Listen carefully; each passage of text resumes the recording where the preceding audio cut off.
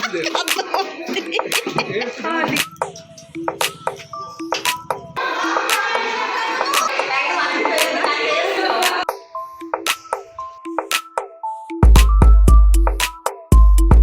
Everyone, বাসন্তী লাইফস্টাইলে আরেকটা video নিয়ে কিন্তু তোমাদের কাছে চলে এলাম।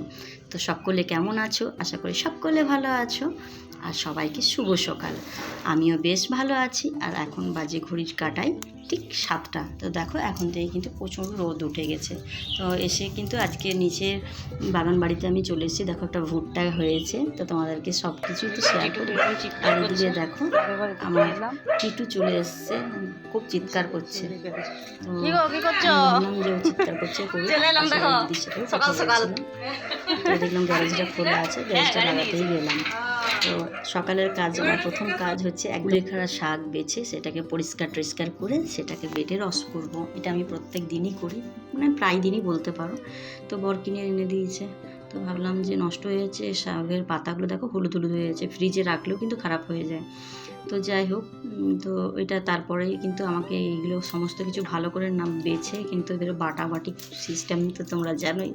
আমি সিলে বাটি, অনেকে মিক্সিতে বাটে, কিন্তু আমি সিলে বাটি কেন? কারণ এইটাতে সিলে বাটলে না খুব সুন্দর, রসটা খুব ভালো হয়।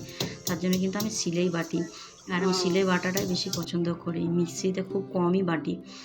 তো সিলে বাটলে এর যে টাটকা যে কুলেখাড়ার যে রসটা বের হচ্ছে সেটা দেখো কোনো জল মেশানো থাকে না। তার জন্য কিন্তু আমি একদম শিলের মধ্যেই বাটি। মিক্সিতে বাটলে কিন্তু জল দিয়ে বাটতে হয়, আর শিলে বাটলে কিন্তু জল দিয়ে বাটতে হয় না। তার জন্য কিন্তু আমি কিন্তু শিলে বাটতেই বেশি পছন্দ করি। তো তোমরা অনেকেই হয়তো এই কাজ করো, কিন্তু আমি বলবো যে তোমরা কিন্তু শিলের মধ্যে বাটবে, তাহলে কিন্তু এই পিওর রসটা কিন্তু তোমরা খেতে পারবে।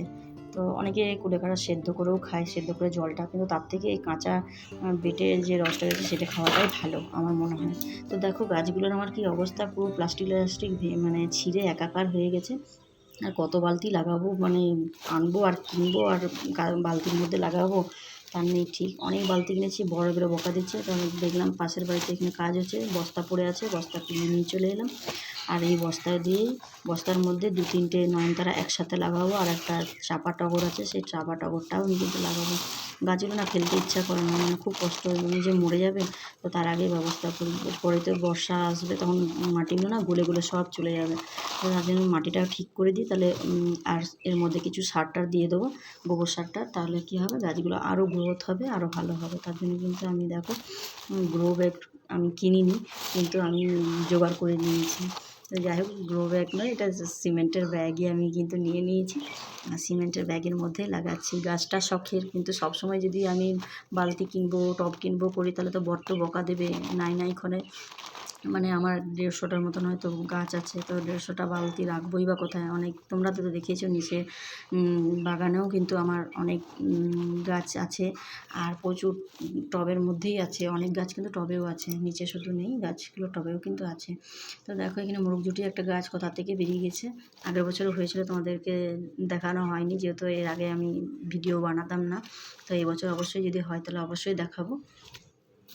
তো দেখো এই গাছটা কেমন হয়ে গেছে। তো মিশন বাংলার বালতি ছিল, সেটার মধ্যেই লাগিয়ে দিয়েছিলাম, আজকে মিশন বাংলা দিয়ে ভেঙেই ফেললাম। তো এই সাদা যে নয়নতারাটা রয়েছে সেটাও কিন্তু একসাথে লাগিয়ে দেবো। আমার মরতে দিতে ইচ্ছা করে না, কোনো গাছ আমার না ফেলতে ইচ্ছা করে না, বিশ্বাস করো। মানে যেখানে যা পাই সেখানে কিন্তু তাই দিয়েই আমি কিন্তু লাগিয়ে দিই। আর শুধু গাছ লাগানো নয়, প্রচুর খাটনি। দেখতে পাচ্ছ এই যে মাটিগুলো আছে, এগুলো এবার পরিষ্কার করবো গাছ লাগানোর পরে। তো দেখো আমার গাছ লাগানো হয়ে গেছে, এরপরে আমি কিন্তু পুরো পরিষ্কার করছি। কারণ এই যে এখান থেকে আমি যে পাতা আর যে বাকি যে মাটিটুকু পড়ে আছে, ধুলো মাটি যা আছে, সেগুলো আমি একটা জারের মধ্যে রেখে দিচ্ছি, কারণ ওইটাও আবার কিন্তু আমার একদিন গাছ লাগাতে কাজে লাগবে। তো এরপরে ভাবলাম যে চলো এবারে কাচাকুচিগুলো করে নিই, আর ভালো লাগছে না। তো কাচাকুচিগুলো করতে গেলে প্রচণ্ড গরম পড়ছিল, তো ভাবলাম যে তাড়াতাড়ি কাচাকুচি করে নিই। বন্ধুরা তোমরা তারা আমার মতন যখন গাছ লাগাও, মানে যখন যা খেয়াল খুশি যা ইচ্ছা হয় তাই করো, আমাকে বলো তো। দেখো এই এখনই গাছ লাগাচ্ছিলাম, তারপর ভাবলাম যে না এখন ছাদে এসেছি, তো কাজগুলো করেই নিই। তো কাচাকুচি করেই নিলাম। তো দেখতে পাচ্ছ আমার ছাদ বাগানে পুরো মনে হচ্ছে যে এটা ছাদ বাগান, মনে হচ্ছে না পুরো নিচে আছি। তো দেখো কত গাছ লাগিয়েছে বুঝতে পারছো, পুরো ছাদটা আমার কিন্তু গাছে ভর্তি। আর এত অনেক হয়ে গেছে বলে তোমার দাদা ভাই আমাকে প্রচণ্ড বকছিল, তার জন্য কিছু গাছ আমি আমার ছেলে মেলে কিন্তু নিচে নামিয়েছি, জানো তো। অনেক কিছু কিন্তু মানে অনেকটা বালতি ধরে ধরে নামানো হয়েছে। তো যাই হোক চলো, আজকে আমার একটা নিমন্ত্রণ বাড়ি ছিল, তো এই দেখো মিষ্টি নিয়ে নিয়েছি, কারণ গৃহপ্রবেশ ছিল, কি আর নিয়ে যাব বলো। তো ভাবলাম বাড়ির সামনেই তো, তো চলে গেলাম। দেখো 2 পা গেলেই কিন্তু তাদের বাড়ি। তো এই যে একে একে সব খেয়ে পরে আসছে।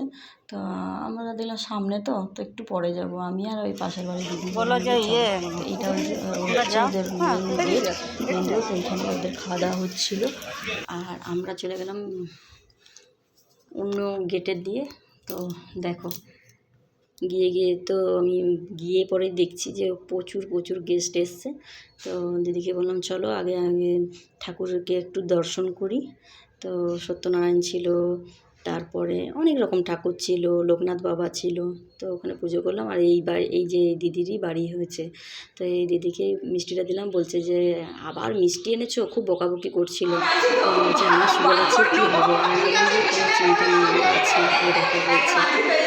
তো দেখো তো কাছে এসছে, অবশ্যই সবাইকে সবার পাশে থাকতে হবে, সবাইকে সবাইকে কিন্তু দেখতে হবে। দেখো এখান থেকে আমার বাড়িটা দেখা যাচ্ছে। কি বলছে তাই আমি বলে দিচ্ছি, নাহলে ভুলেই যেত। দেখো কতটা বাড়ি, ভুলে গেছিলাম, ভাগ্যিস বললো রানী আমাদের, নাহলে একদম ভুলে গেছিলাম। আমার বাড়িটা ওখান থেকে দেখা যাচ্ছিলো। তো রানী বলছিল, আমার পাশের বাড়িরই একজন, তো বলছিল যে কাকিমা তুমি ওই দেখো তোমার বাড়িটা তুমি ভুলে গেছো। আর এই রুমটা দেখছো, এগুলো হচ্ছে কিন্তু ঠিকই বলছে, ব্যাগ নিয়ে তো যায় ওদের সামনে, চালটা দেয় করে দেখি। হ্যাঁ করে বই কি। তো কাকু খুব হাসায়, তার জন্য মানে অনেক কিছু হাসাচ্ছিল। তো এখানে রান্নাটা খুব ভালো হয়েছিল, মানে দুর্দান্ত, যাকে বলে এত ভালো রান্না, মানে সত্যি খুব ভালো হয়েছিল।